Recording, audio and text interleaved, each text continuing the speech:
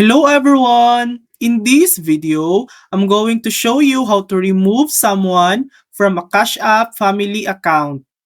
First, open Cash App and tap your profile icon at the top right corner.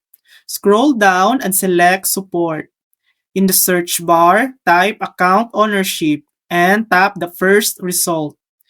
If the person turned 18, they can create their own account and will automatically be removed from the family group. If that doesn't apply, scroll down and tap Contact Support or Chat.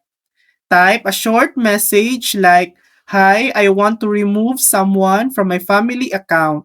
We're no longer related." Cash App support will guide you through the process. And that's it. That's how to remove someone from your Cash App family account. Thanks for watching.